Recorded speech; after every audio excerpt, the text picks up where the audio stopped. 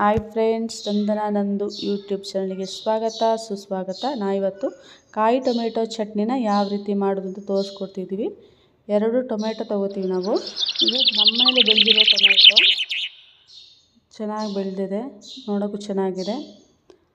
ನಾವಿದನ್ನ ರೊಟ್ಟಿ ಚಪಾತಿ ಜೊತೆ ಚಟ್ನಿನ ಯೂಸ್ ಮಾಡ್ಕೋತೀವಿ. ಗಂಜಿಗೆ ಮಾಡ್ಕೋಬೋದು, ಸ್ವಲ್ಪ ಖಾರ ಮಾಡ್ಕೋಬೇಕು, ತುಪ್ಪ ಹಾಕ್ಕೊಂಡು ತಿನ್ನಬೇಕು. ನಾವೀಗ 2 ಟೊಮೆಟೊ ಕಾಯಿನ ತೆಗೆದಿಟ್ಕೊಂಡಿದ್ದೀವಿ.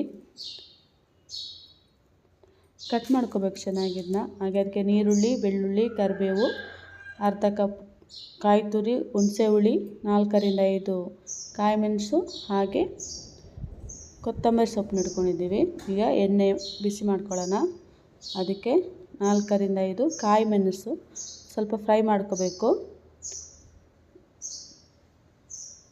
ಫ್ರೈ ಮಾಡ್ಕೊಳ್ಳೋಣ. ಕಟ್ ಮಾಡ್ಕೊಳ್ಳೋದು ಬೇಡ, ಹಂಗೆ ಹಾಕ್ಕೊಳ್ಳೋಣ. ನಾವು ಮತ್ತು ರುಬ್ತೀವಲ್ಲ ಅದಕ್ಕೋಸ್ಕರ.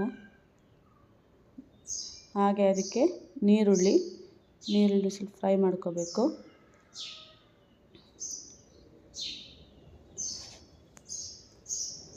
ಇದೆಲ್ಲ ಫ್ರೈ ಮಾಡಿಕೊಂಡು ಟೇಸ್ಟಿಯಾಗಿರುತ್ತೆ ಈ ಟೊಮೆಟೊ ಕಾಯಿ ಚಟ್ನಿ. ಇದಕ್ಕೆ ನಾವು ಕರಿಬೇವು ಹಾಕ್ಕೊಳ್ಳೋಣ. ಈಗ ಒಂದು ಸ್ವಲ್ಪ ಕರಿಬೇವನ್ನ ಹಾಕೊಂಡು ಅದನ್ನು ಫ್ರೈ ಮಾಡ್ಕೊಳ್ಳೋಣ. ಈಗ ಅದಕ್ಕೆ ನಾವೀಗ ಟೊಮೆಟೊನ ಹಾಕ್ಕೋಬೇಕು. ನಾವು ಕಟ್ ಮಾಡ್ಕೊಂಡಿರುವ ಕಾಯಿ ಟೊಮೆಟೊ 2 ಅದನ್ನು ಸ್ವಲ್ಪ ಬಾಡಿಸ್ಕೋಬೇಕು. ಅದ್ರ ಜೊತೆಗೇ ಎಣ್ಣೆ ಜೊತೆಗೆ ಬಾಡಿಸ್ಕೊಂಡು ಚೆನ್ನಾಗಿ ಟೇಸ್ಟಿಯಾಗಿರುತ್ತೆ ಅದು.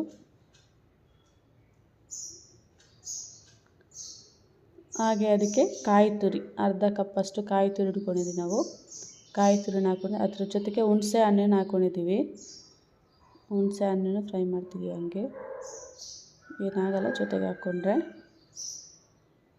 ಈಗ ಸ್ವಲ್ಪ ಬಿಸಿ ಆರಬೇಕು, ಅದು ಫ್ರೈ ಆಗ್ತಾ ಬಂತು. ಬಿಸಿ ಆರಿದ್ಮೇಲೆ ನಾವೊಂದು ಮಿಕ್ಸಿ ಜಾರಿಗೆ ಕೊತ್ತಂಬರಿ ಸೊಪ್ಪು, ಹಾಗೆ ಬೆಳ್ಳುಳ್ಳಿ, 7-8 ಎಸಳು ಬೆಳ್ಳುಳ್ಳಿ, ಕೊತ್ತಂಬರಿ ಸೊಪ್ಪು ಜೊತೆಗೆ ಬೆಳ್ಳುಳ್ಳಿನ ಹಾಕ್ಕೊಂಡಿದ್ದೀವಿ. ಹಾಗೆ ಅದಕ್ಕೆ ಅರ್ಧ ಸ್ಪೂನಷ್ಟು ಜೀರಿಗೆನ ಹಾಕ್ಕೋತಿದ್ದೀವಿ. ಈಗ ಅರ್ಧ ಸ್ಪೂನಷ್ಟು, ಜಾಸ್ತಿ ಬೇಡ, ಸ್ಮೆಲ್ ಚೆನ್ನಾಗಿರುತ್ತೆ ಅಂತ ನಾವೀಗ ಅರ್ಧ ಸ್ಪೂನಷ್ಟು ಜೀರಿಗೆ ಹಾಕ್ಕೋತೀವಿ.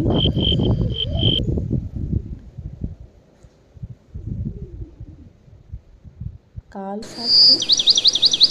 ಹಾಗೆ ಉಪ್ಪು, 1/4 ಸ್ಪೂನ್ ಉಪ್ಪು. ಹಾಗೆ ನಾವು ಫ್ರೈ ಮಾಡ್ಕೊಂಡಿರುವ ಟೊಮೆಟೊ, ನೀರುಳ್ಳಿ, ಕಾಯಿ ಮೆಣಸು, ಕಾಯಿ ತುರಿ, ಹಾಗೆ ಹುಣಸೆ ಹಣ್ಣನ್ನು ಹಾಕ್ಕೊಂಡೀಗ ರುಬ್ಕೊಂಡಿದ್ವಿ. ಚಟ್ನಿ ರೆಡಿಯಾಗಿದೆ. ಯಾರೆಲ್ಲ ಸಬ್ಸ್ಕ್ರೈಬ್ ಮಾಡಿದ್ರು ಸಬ್ಸ್ಕ್ರೈಬ್ ಮಾಡಿ, ಶೇರ್ ಮಾಡಿ, ಹಾಗೆ ಲೈಕ್ ಮಾಡಿ, ಮಾಡ್ಕೊಂಡು ತಿಂದ್ಕೊಳ್ಳಿ. ಕಾಯಿ ಮೆಣಸಿನ